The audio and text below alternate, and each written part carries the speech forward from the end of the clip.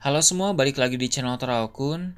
Sebelum pembahasannya dimulai, silahkan klik tombol subscribe dan aktifkan lonceng notifikasinya supaya kalian gak ketinggalan info dan teori terbaru seputar One Piece.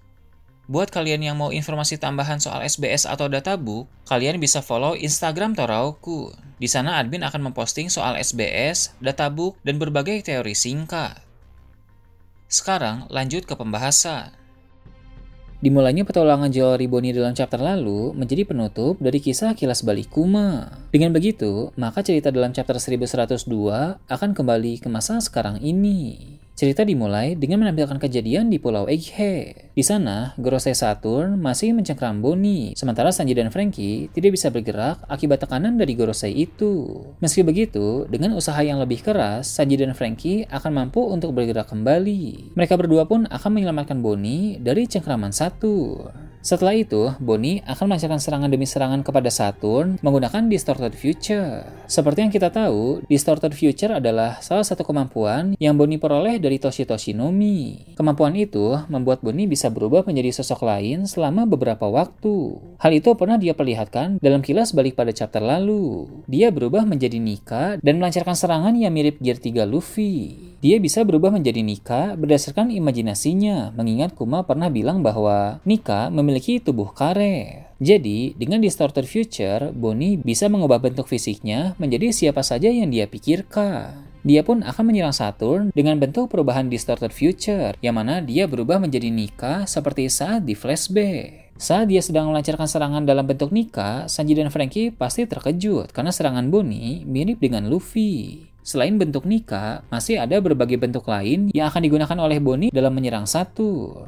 Bonnie sekarang ini telah memiliki cukup banyak referensi perubahan karena dia telah berpetualang sebagai bajak laut. Dalam perjalanannya, Bonnie telah melihat dan mendengar tentang berbagai orang kuat, sehingga dia bisa meniru mereka dengan Distorted Future. Sanji dan Franky pun akan kagum dengan kemampuan Bonnie. Mereka berdua juga akan membantu Bonnie dalam menghadapi Gorosei Saturn. Para marinir yang melihat itu ingin maju dan membantu Saturn, tapi sang Gorosei itu merasa keberatan. Dia memerintahkan mereka semua untuk diam, karena Saturn merasa tidak membutuhkan bantuan hanya untuk menghadapi Bonnie, Sanji, dan Franky. Di sana, saat menghadapi Bonnie, Saturn pun akan berbicara mengenai buah iblis Toshi Nomi. Menurut Saturn, buah iblis Toshi Nomi dulu memiliki peran yang sangat penting. Sebab kemampuan tersebut berkaitan dengan umur, dan apabila digunakan dengan baik, maka bisa melakukan hal-hal luar biasa yang tidak kalah dengan OP-OP Nomi. Berhubung Saturn menyinggung OP-OP Nomi, maka tentu yang Saturn kaitkan adalah kemampuan untuk membuat orang lain menjadi abadi. OP-OP Nomi punya kemampuan ultimate untuk melakukan operasi Eternal Youth yang dapat membuat orang lain menjadi abadi, walau sebagai gantinya si pengguna OP-OP Nomi yang akan mati. Sepertinya Toshi Nomi pun memiliki kemampuan untuk membuat orang lain menjadi abadi, dan lebih hebatnya lagi, buah iblis tersebut tidak akan memberikan efek samping.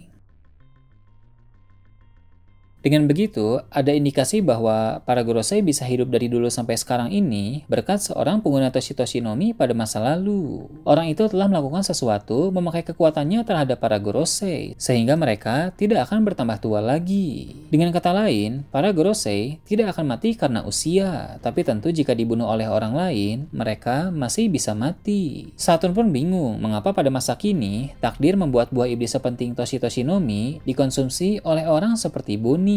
Saturn juga akan mengungkap bahwa Toshi Nomi adalah salah satu dari 5 buah iblis paling penting dalam abad kekosongan. Saat dia mengatakan hal tersebut, akan muncul 5 siluet buah iblis, mulai dari Toshi Nomi, Hito Nomi model Nika, OP Nomi, Yami Nomi, dan satu lagi siluet buah iblis yang masih misterius. Kelima buah iblis itu memiliki kemampuan spesial yang lebih hebat dari buah iblis lain. Hito Nomi model Nika adalah buah iblis Sun God Nika. Dia merupakan seorang legenda yang dijuluki Drum of Liberation. Buah iblis itu juga dulu dimiliki oleh Joy Boy pada masa lalu. Dan kekuatan yang paling hebat dari buah iblis ini adalah kekuatan imajinasi. Lalu, Yami Nomi memiliki kemampuan spesial untuk menetralkan kekuatan buah iblis orang lain. Bahkan, penggunanya pun bisa menghisap dan menarik pengguna buah iblis lain dari jarak jauh. OP-OP Nomi memiliki kemampuan operasi keabadian. Penggunanya juga bisa menukar-nukar jiwa orang lain. Kemampuan ini pernah Lau perlihatkan saat di Pang Hazard. Lalu, yang terbaru adalah Toshi Toshinomi. Selain bisa memanipulasi usia, kemampuan spesial dari buah iblis ini juga bisa meniru sosok sesuai imajinasi. Pada flashback chapter lalu, Bonnie bisa berubah menjadi Nika. Walaupun itu hanya sesuai imajinasinya dan sesuai perkataan Kuma bahwa Nika memiliki tubuh kare. Jika nanti Bonnie sudah melihat wujud Nika Luffy dalam mode Gear 5, maka kemungkinan besar Bonnie pun akan merubah imajinasinya dan berubah wujud menjadi mirip seperti Gear 5 Luffy. Ini akan membuat Saturn sangat terkejut, karena selain harus menghadapi Luffy dalam wujud Nika, dia pun harus melawan Bonnie dalam wujud Nika juga. Sedangkan buah iblis yang kelima, identitasnya masih misterius. Ada kemungkinan yang memilikinya saat ini adalah Drago. Tentu buah iblis tersebut juga sangat kuat dan memiliki kemampuan spesial yang lebih hebat dari buah iblis lain.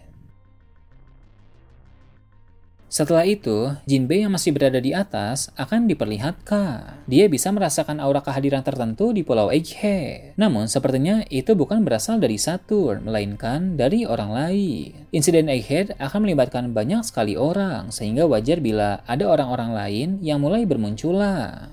Kemudian, cerita akan beralih ke tempat di mana Morgans, Vivi, dan Wapol sedang berada. Di sana, Morgans terlihat sangat gembira karena berita-berita di koran miliknya sukses menghebohkan dunia dalam beberapa hari belakangan ini. Hal tersebut wajar, mengingat peristiwa-peristiwa yang terjadi belakangan ini memang luar biasa. Melihat Morgans yang begitu gembira akan membuat Wapol berkata bahwa jika saja Morgans mengetahui apa yang Wapol lihat di tahta kosong, maka semua berita panas itu pasti akan kalah. Ternyata Wapol masih belum cerita bahwa dia melihat sosok misterius duduk di tahta kosong. Morgans dan Vivi pun akan tertarik dengan informasi itu sehingga mereka mendesak Wapol untuk bercerita walau Wapol sebenarnya masih ketakutan. Namun Morgans akan memberikan penawaran yang sangat menggiurkan. Apabila Wapol mau cerita, maka Morgans akan memberikan bayaran besar dan perlindungan di dunia bawah. Selain itu, Morgans pun masih punya beberapa tawaran menarik untuk Wapol. Morgans tidak akan merasa rugi walau menawarkan berbagai hal kepada Wapol, sebab baginya informasi sangat penting lebih dari apapun. Pada akhirnya, Wapol pun mulai bercerita. Dia akan mengatakan bahwa ada sosok misterius yang bisa duduk di tahta kosong. Para Gorosei terlihat patuh pada sosok tersebut yang menandakan bahwa dialah pemimpin sebenarnya dalam pemerintah dunia. Wapol juga akan mengungkapkan bahwa orang misterius itu bisa berubah menjadi sosok iblis, sebab Wapol memang sempat melihat perubahan Im Sama saat mengintip ruangan tahta kosong. Tidak hanya itu, Wapol menceritakan bahwa para Gorosei juga bisa berubah wujud. Sementara Wapol bercerita, Morgans terlihat siap untuk membuat berita tentang itu. Nah, itu tadi berbagai hal menarik pada chapter 1102. Gimana menurut kalian? Silahkan tulis di kolom komentar di bawah. Oke, segitu aja untuk pembahasan kali ini. Jangan lupa like, share, dan subscribe untuk video menarik selanjutnya. Gue Toraukun, Shambles.